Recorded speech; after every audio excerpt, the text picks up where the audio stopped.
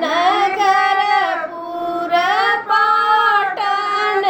बाबा बसी गाए कोयरी किसान ऊंच नगरपुर पाटन बाबा बसी गाए कोयरी किसान वही चढ़ी कोयरी निसागनी रावाई राजवा के पड़ल अहंकार वही चढ़ी कोयरी निसागनी रावाई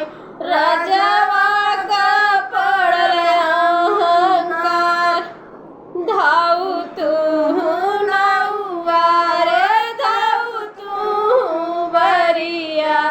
कोयरी बेगले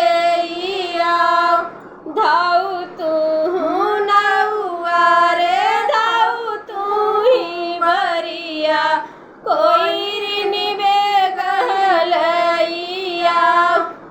आईनी कोयरी डेवड़ी चढ़ी बैठीनी पूछै लागी राजवा से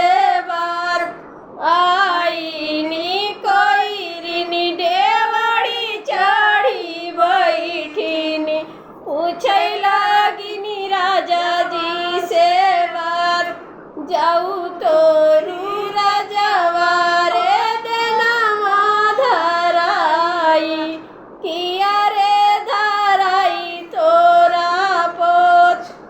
किया तोरा राजवा रे देनवा धराई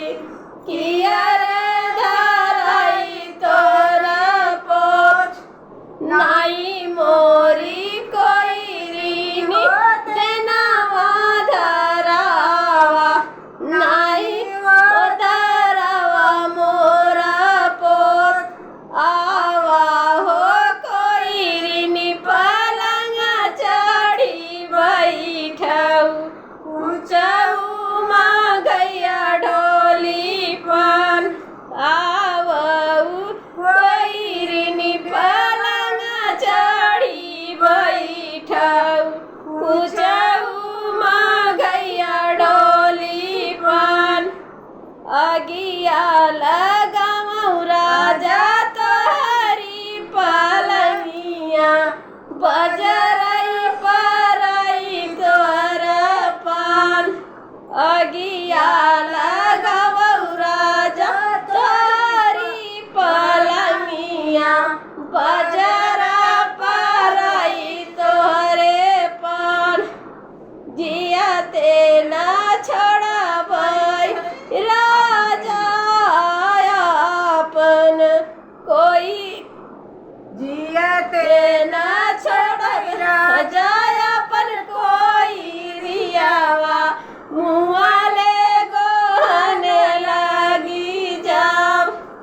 जियते न छोड़ब राजा अपन कोयरियावा मुआले गोहन लागी जाब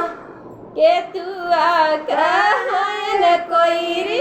ओपावा से टोपावा केतुआ कमरले ओहार केतुआ कहन कोयरी ओपावा से टोपावा केतुआ कमरले ओहार केतुआ कहन कोयरी सिर का गेड़ुलिया काऊ बेचन तू जाऊ केतुआ कहन कोयरी सिर का गेड़ुलिया काऊ बेचन तू जाऊ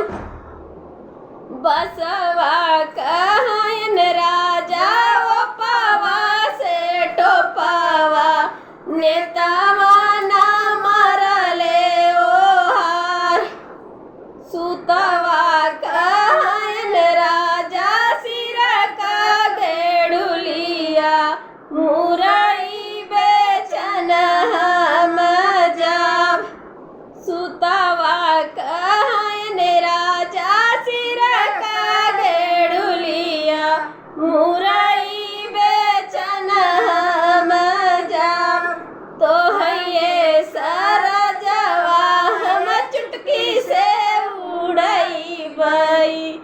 को है